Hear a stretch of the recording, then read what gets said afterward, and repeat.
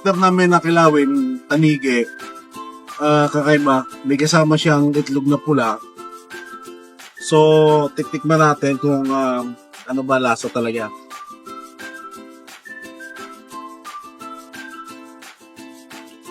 The best mga kapatid. Dito sa may China sa Barsa, Bacoor. So, first time ko in-order sa kanila to. Dahil lagi ako puset o kaya tuna pa nga. Pero ito, in-order ko ngayon sa kanila. Yung kilawin tanige, tapos may itlog na pula. Masarap.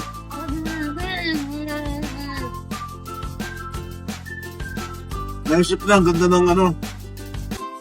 Ang ganda ng pagka-mix, isa nga. May itlog na pula, match na match. Tapos maanghang. Yung masarap dito.